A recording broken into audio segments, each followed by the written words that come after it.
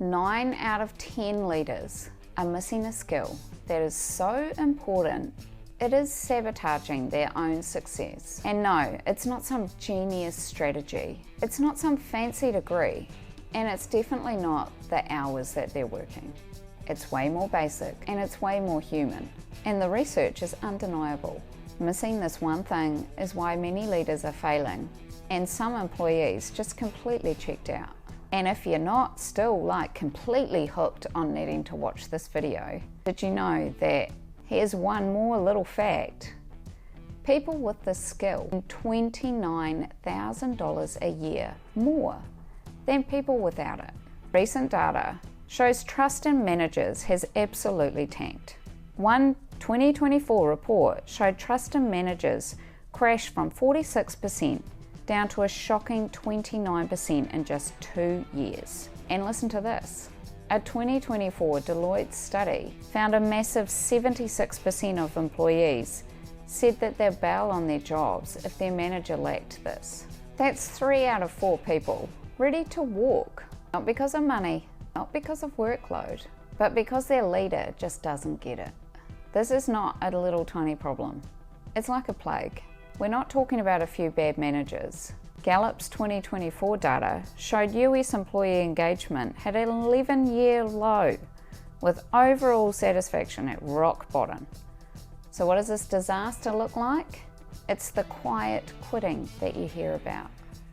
It's productivity gone down the tubes. It's zero new ideas or innovation.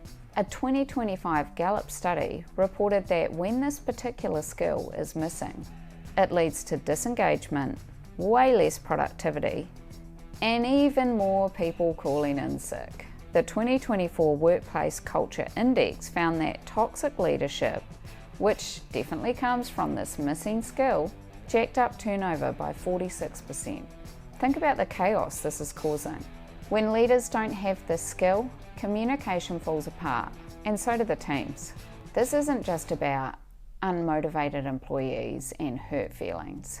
Teams with low engagement, due to a leader who lacks this skill, can see turnover rates 43% higher than those super engaged teams with that leader that has that special skill.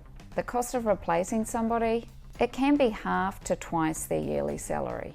Imagine that multiplied across an organisation where leaders are clueless. Many people are clinging to their jobs because the market's a bit iffy, but the studies are showing that they feel more disconnected than ever.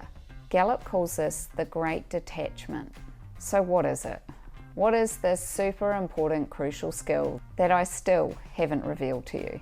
It's emotional intelligence. More specifically, the components of emotional intelligence that are gravely missing is empathy and the ability to build strong, authentic connections with people. Seriously, study after study, report after report. And this is not tiny little studies. These are huge names like the World Economic Forum, DDI, and the Center for Creative Leadership. They all point to this. Emotional intelligence is always ranked the top skill of leaders. In fact, DDI, a global leadership development company, says empathy is the #1 leadership skill, period. They found that leaders who actually understand empathy perform over 40% higher in things like coaching, getting people pumped, and making smart decisions. The Center for Creative Leadership also found that managers who show more empathy are seen as way better performers than their own boss.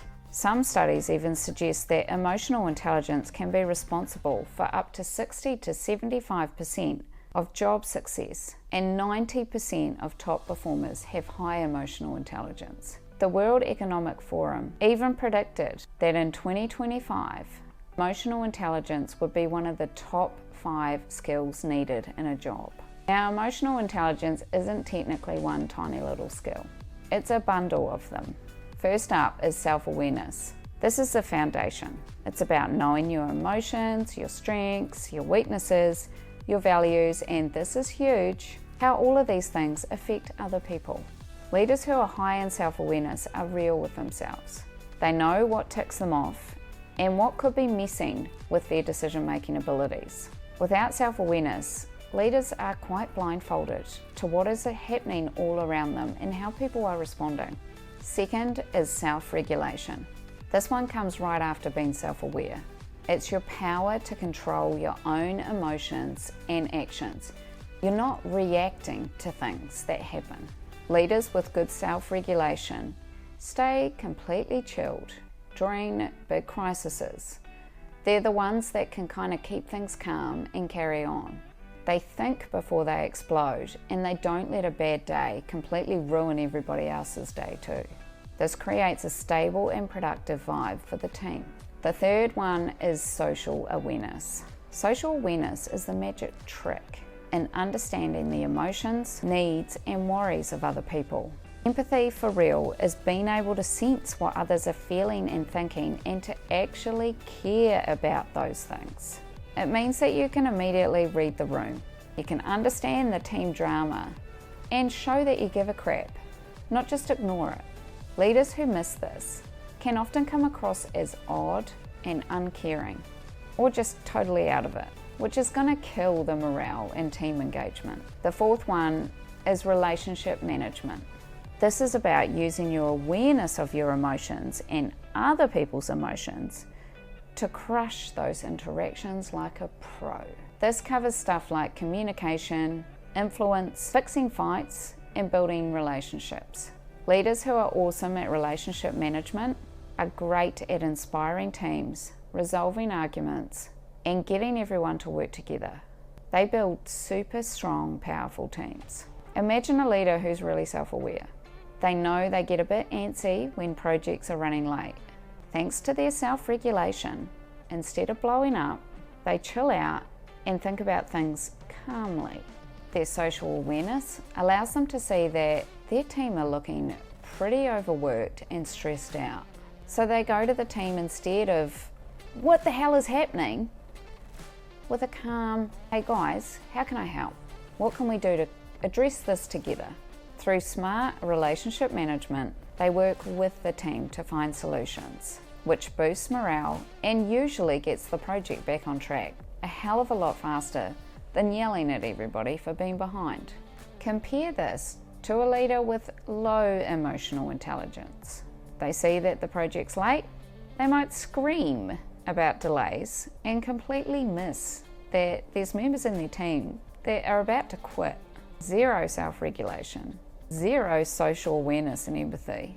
They then blame everyone, which makes everybody feel stink, which is terrible relationship management.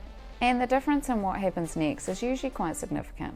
Research shows over and over that companies led by managers with high emotional intelligence have better team vibes, solve problems, and have a much more productive workplace. Okay, so if emotional intelligence is so important, why are the studies saying that so many leaders are missing it? A big one is that a huge number of leaders get promoted internally because they're showing that they've got the technical skills rather than the leadership skills to be promoted to the next level. Someone might be a genius coder, a superstar salesman, or a finance whiz, but those skills don't automatically make you an awesome leader. The people side of things is a whole different universe. And because of this, a crazy 82% of managers get zero leadership training before they become the boss. Secondly, no good leadership training or training that's focused on the wrong stuff plays a massive part. For ages, leadership programs have obsessed over spreadsheets, money stuff, or industry secrets, pretty much ignoring those crucial people skills of emotional intelligence. Now, those hard skills are pretty important, but they're not enough to make somebody an amazing leader. According to a Talent LMS survey, 45% of managers say their company isn't doing enough to raise up future leaders, and a third of them think that their leadership training is garbage. Now, thirdly, our workplaces have changed a ton. And having been in leadership for 18 years, I can contest to this. And there is definitely a real need for emotional intelligence. The explosion in remote work means that you have to be far more considered about the way that you connect and communicate with your team. Employees today want different things. They're looking for purpose, for growth, to be noticed, and to feel like they belong. And all of that is built by emotional intelligent leadership. And finally, there is this myth that emotional intelligence is something that you're born with, not something that you can learn. You either have it or you're toast. And yeah, some people are more naturally tuned in, but emotional intelligence is a set of skills that you can 100% learn. Because we haven't fully focused on emotional intelligence as a leadership skill, we've ended up with a generation of leaders who are technically brilliant but emotionally unprepared for their jobs. And the results of this are showing in all of those studies. Getting a handle on emotional intelligence isn't about dodging bad leadership disasters. It's actually going to bring you to a new level of leadership. If people feel valued and seen and heard in their workplace, the retention rates are going to increase. Communication is going to be a hell of a lot easier. Productivity is going to have a boost because people feel connected to the work. And for leaders themselves, the benefits are huge. You earn more respect and trust from your teams. Your influence grows, not because of your job title, but because you can connect and inspire people. And this can actually lead to better career opportunities, as companies are increasingly seeing emotional intelligence as a make or break for leadership appointments. And as I mentioned at the start, people with high emotional intelligence earn about $29,000 a year more than those with low emotional intelligence. The absence of emotional intelligence doesn't just sit there doing nothing either. It's a pretty big crack in the foundation. When emotional intelligence is low, you'll often find that other crucial abilities are totally undeveloped too. Leaders with low emotional intelligence really struggle with effective communication. They might be terrible listeners because they can't pick up on those subtle body language cues that are coming across when they're in a conversation. This can mean they completely botch feedback. They steamroll people. They don't hear or see what people are communicating by what they're not actually saying. We all know that it's a changing landscape at all times at the moment. Leaders with low emotional intelligence can really suffer in terms of change and leading their teams through change. How do you lead a group of people through change if you can't communicate effectively? You can't pick up on cues around relationship management, and you miss how completely freaked out your team is about the change. This makes any transition much harder and far more likely to be unsuccessful. Low emotional intelligence also impacts decision making.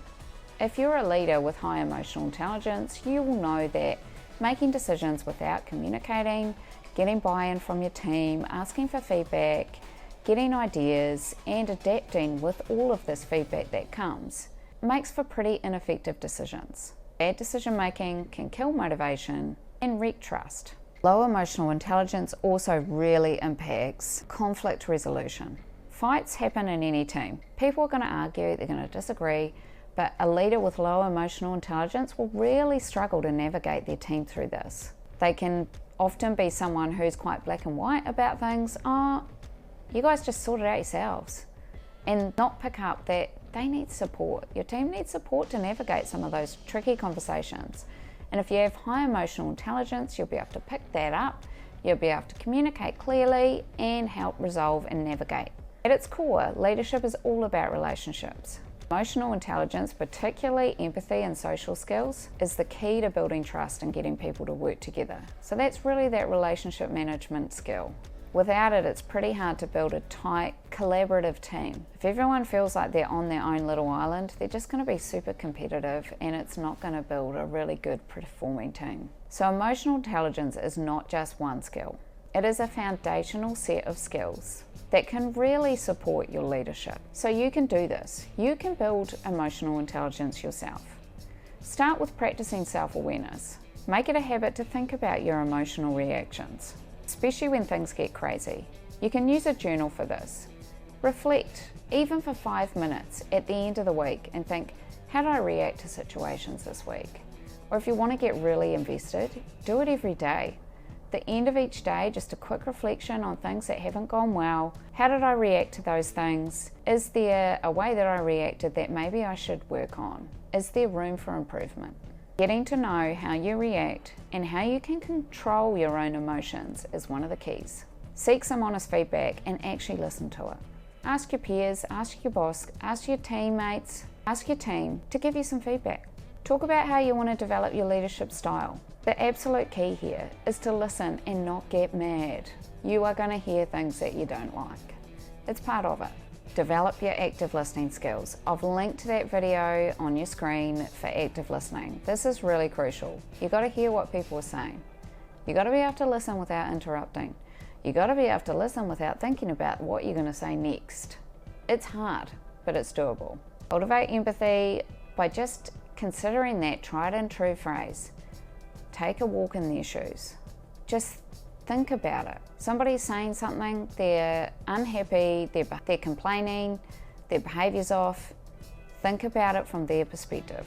Before you react, think, what could this person be going through? Why might they be acting this way?